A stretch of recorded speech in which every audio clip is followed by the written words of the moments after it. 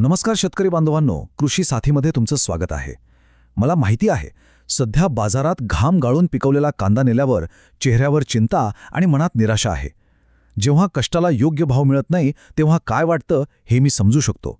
पण थांबा, आज आपण फक्त या संकटाबद्दल नाही तर याच्या पलीकडे दडलेल्या एका मोठ्या आशेबद्दल बोलणार आहोत. हो, एक अशी बातमी जी येणाऱ्या काळाचं चित्र पूर्णपणे बदलू शकते. हो, हे खरंय आणि हेच आजचं वास्तव आहे. फेब्रुवारी महिन्यात आवक इतकी वाढली की बाजाराचं सगळं गणितच कोलमडून पडलं.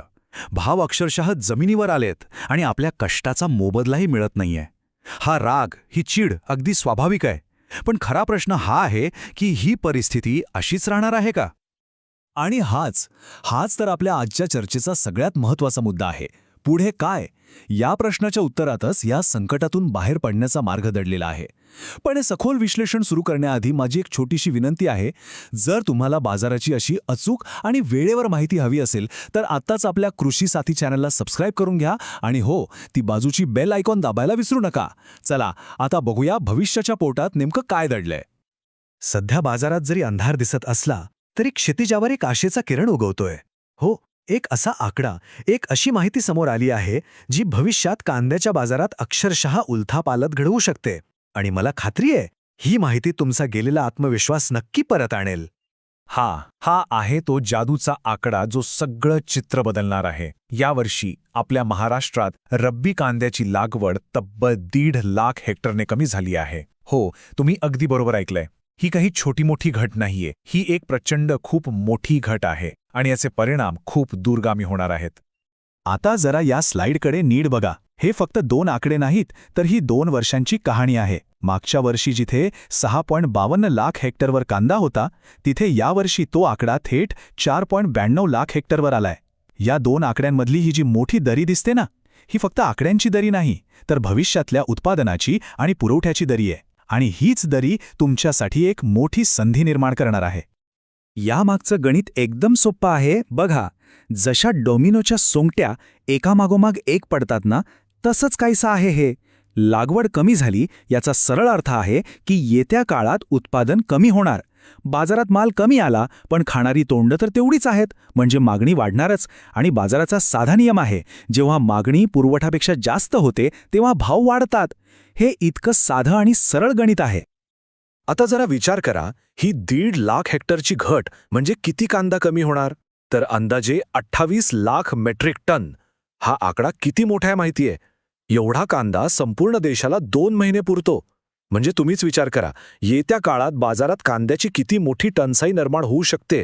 जेव्हा बाजाराला कांद्याची प्रचंड गरज असेल आणि मालच नसेल, तेव्हा काय होईल याचा अंदाज तुम्ही आता लावू शकता.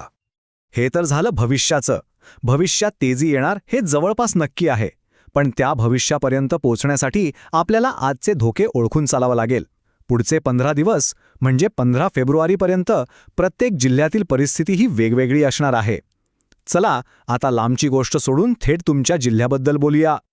माझे नाशिक, पुणे, अहमदनगर आणि सोलापूर जिल्ह्यातले शेतकरी बांधव जरा लक्ष देऊन ऐका. हा तुमच्यासाठी धोक्याचा इशारा आहे. सध्या तुमच्या जिल्ह्यांमध्ये आवक इतकी जास्त आहे की बाजार तुडुंब भरलेले आहेत.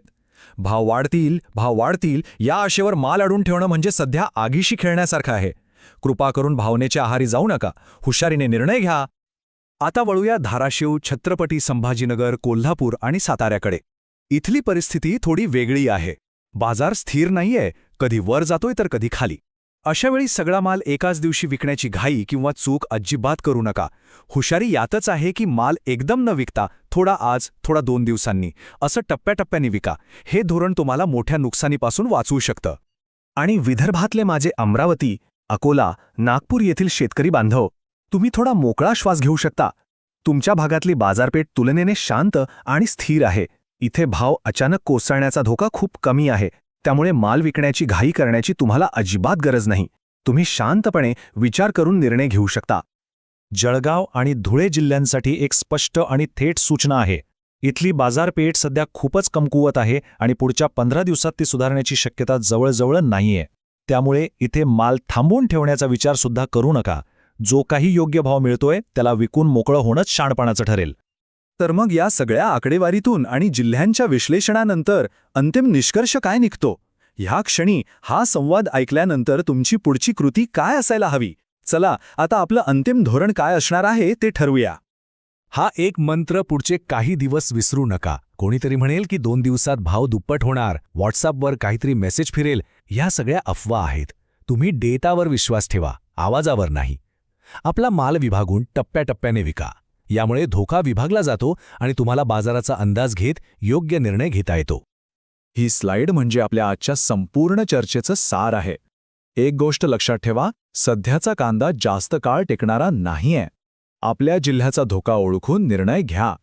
वर्तमानातल्या या वादळातून हुशारीने आपली नाव पुढे न्या, कारण एक गोष्ट मनात पक्की ठेवा, भविष्याचा किनारा सोनेरी आहे.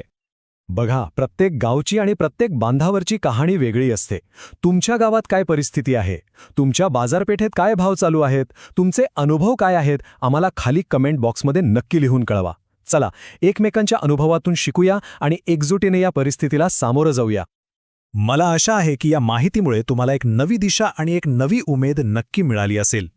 बाजाराच्या प्रत्येक चढ उतारावर अशीच अचूक माहिती आणि सखोल विश्लेषण मिळवण्यासाठी कृषी साथी या आपल्या YouTube चॅनलला सबस्क्राईब करायला विसरू नका. लक्षात ठेवा, या प्रवासात तुम्ही एकटे नाहीत, कृषी साथी नेहमीच तुमच्यासोबत आहे. धन्यवाद.